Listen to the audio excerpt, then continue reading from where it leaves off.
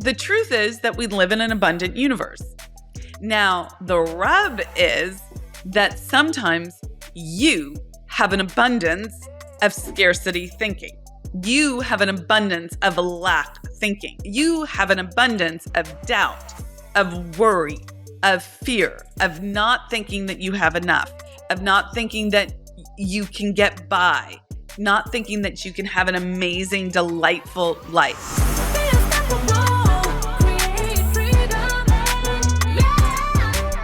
Hi, I'm Amira Alvarez. I am the founder and CEO of The Unstoppable Woman. And today on the podcast, I thank you for listening. I thank you for joining us. We are talking about the scarcity mindset.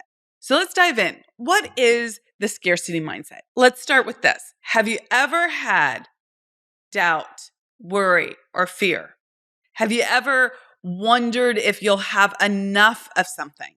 Enough maybe time or money or love or attention or support? Have you ever thought, is there enough for me to do X, Y, and Z? Is there enough for me to support my family in a particular way? Have you even thought sometimes, am I enough? All of those thoughts are indications of a scarcity mindset. It's indicating that you have the thought that there might be not enough of something, that there might be a scarce resource in this world. And you have to have somewhat binary thinking on this. You either have to think there are limited resources and that you can run out of them, or there's always abundance. That's the binary thought. That's the either or. Are you either in a mindset, meaning your mind is set at a particular level that says, I don't have enough, or I don't know how to create enough, or I don't know how to get access to enough, and there's probably not enough for me to begin with. There's probably not enough to go around. But that's the lie. That's the lie of our conditioning. That's the lie of our upbringing. That's the lie of the media. That's the lie of the scarcity mindset. It's all fear-based. It's all doom and gloom. Things are going to run out and you're not going to have enough and you're not going to survive. So you might be thinking, but Amira, there isn't enough cash flow flowing into my checking account right now. There really isn't enough. It is quite scarce in my bank account. That might be true. I would not deny that. I would not sit here saying to you, have magical thinking, ignore what's happening in your bank account. You have to have your eyes open around that. But that does not mean that there is scarcity in the world. That just means that you don't know how to create the cash flow that you desire. That you don't know how to create the money moving into your account that you desire. That doesn't mean that there's not enough money in this world. Remember that. There's more money now in circulation than there has ever been before in the history of humankind. Think back to, say, Cleopatra times, or think back to the Renaissance, or even think back to the early 20th century, or the 1970s, or just 10 years ago. There was less money in circulation then than there is now. And it keeps growing and it keeps expanding.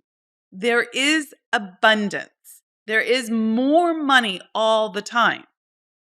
It's just that you don't know how to hold on to it, how to create it, how to make it manifest in your checking account when you want it. And you need to learn some of these things.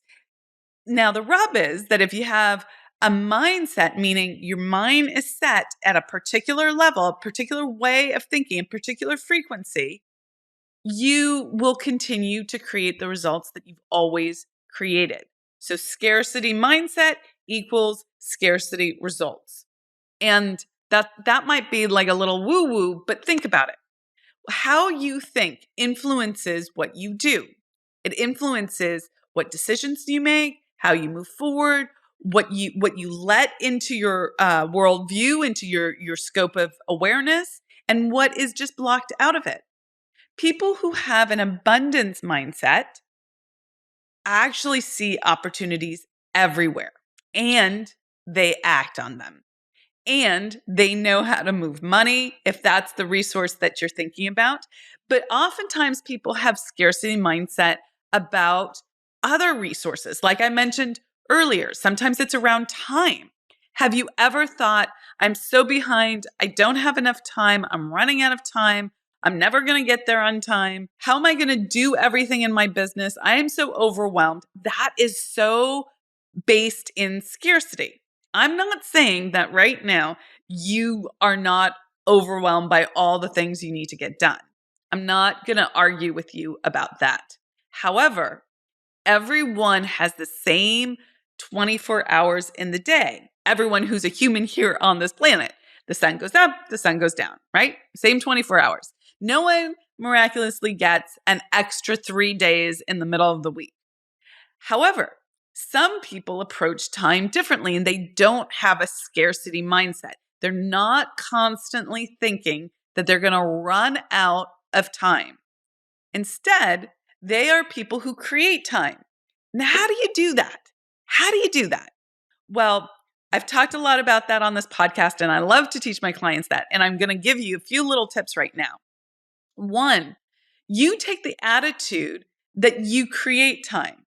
So first and foremost, you take the attitude that you are a powerful creator, that you're not a victim, but you are an agent of action in this world, an agent of creation in this world. And you do that first in your mind, but then on the field of play. And that looks like knowing how to make good decisions for yourself, which means knowing how to make quick decisions for yourself, which means having clarity, which means knowing what you're going to do every day, staying accountable to that, not losing any momentum because you're splayed all over the place and your context shifting all the time and going in 1,000 different directions, or you're getting triggered by things in your life and your business, and you don't know how to manage your responses or your reactions. And so you're thrown asunder and you're pulled off course for hours at a time instead of being like, okay, got that done, onward. Okay. So I'm constantly working with my clients to close the gap on time in their decision making and their reaction time so that they are no longer losing time by being spun out or in confusion or not having made a decision and moving forward. So what's another thing that people get into scarcity about? For many people, they get into scarcity around support. Am I going to be supported? Care, attention, love, appreciation. If you've ever had that conversation in your mind about like, why doesn't he X, Y, and Z? And you think that someone else is supposed to do something for you and that it's lacking in your life, and therefore, and you get frustrated about it, and therefore you have to force something, that is an indication of having scarcity thinking. You think you have to struggle and grasp at creating it because there's not enough to go around. So let's say you really want the attention of your partner and you want to feel like he or she really pays attention to you and supports you. And in your mind, you're having a whole conversation about how he's not doing that or how she's not doing that. And you are arguing in your mind and you're sort of graspy about it. That graspiness is an indication, that argument in your mind, that graspiness is an indication that you have a scarcity mindset, that you think that there's not enough of what you want to support you, to go around, to fill you up, and that you have to struggle for it. Any kind of struggle for what you want is an indication that you are in scarcity thinking. Okay. I also want to say that the truth is we live in abundance. We live in an abundant universe. And that's a very binary kind of decision that you have to make for yourself. What are you going to believe? Are you going to believe that we live in a limited universe with scarce resources? Or are you going to believe that you live in an abundant universe with abundant resources? And I see these two things as binary instead of a grayscale. It's not like some things are abundant and some things aren't. You don't have choice about that. Okay? You can't pick and choose which things you agree. Oh, air is abundant, but money isn't. Okay? Like you either have to think we live in an abundant universe, all resources are abundant, or we live in a limited, scarcity-driven universe and there's not enough to go around. And you have to choose which side of that thought, that spectrum you're on. Are you going to be on the abundant side or the scarcity side? And it's binary. There's no gray area here. Okay, it doesn't work that way. So the truth is that we live in an abundant universe.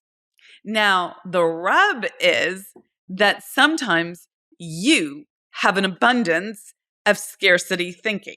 You have an abundance of lack thinking. You have an abundance of doubt, of worry, of fear, of not thinking that you have enough, of not thinking that you can get by, not thinking that you can have an amazing, delightful life, that you don't have enough time. You think those things all the time, all day, every day. Now, ask me how I know. I have had to clean up my thinking 100% so that I could think abundantly. Okay, but so here's the meta. Here's the super important piece for you. It's an abundant universe, and everything's abundant, including your scarcity thinking, if you choose to focus on that.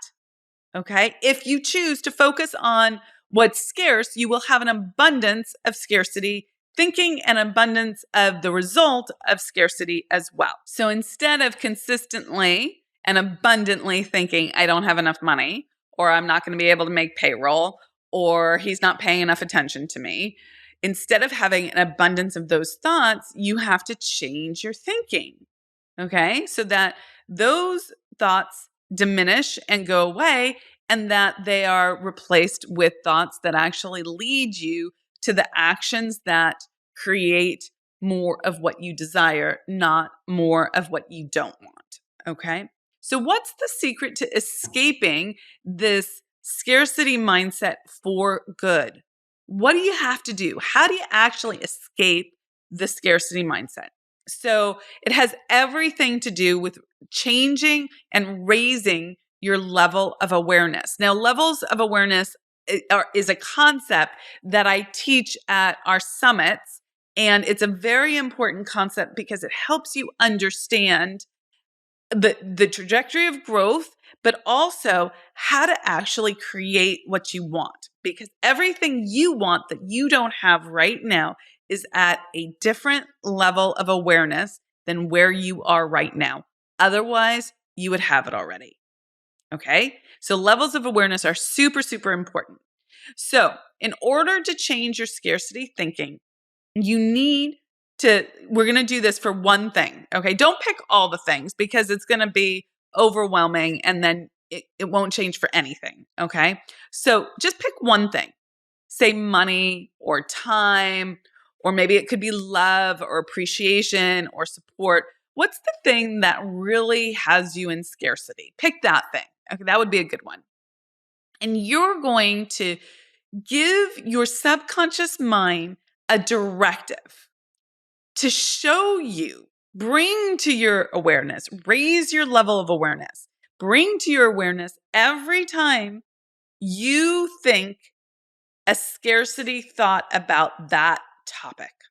Okay. So you're going to tell your subconscious mind, show me, bring to my attention, bring to my awareness that I'm in scarcity thinking whenever I'm in scarcity thinking about, say, money. Okay. And you're basically saying, bring it to my attention and do it immediately. As a result of giving yourself this directive, you will start becoming more and more aware of every time you go into scarcity thinking. It's going to be incredible, actually. And it's going to be annoying as all get up. You're going to be like, oh my God, it's everywhere. I can't stop. Now I'm seeing it everywhere. That's scarcity, that's scarcity, that's scarcity. And oh my God, Amira was right. I have an abundance of scarcity thinking. There is only abundance. Okay. Now what? So you're bringing it to your awareness. You see it for what it is. You're recognizing it throughout the day, every day. It's coming up. You're seeing it. And then instead of just continuing down that pathway on the same thinking again and again and again, you're going to take that moment and you're going to replace that thought with a thought of what you actually want that is abundance based.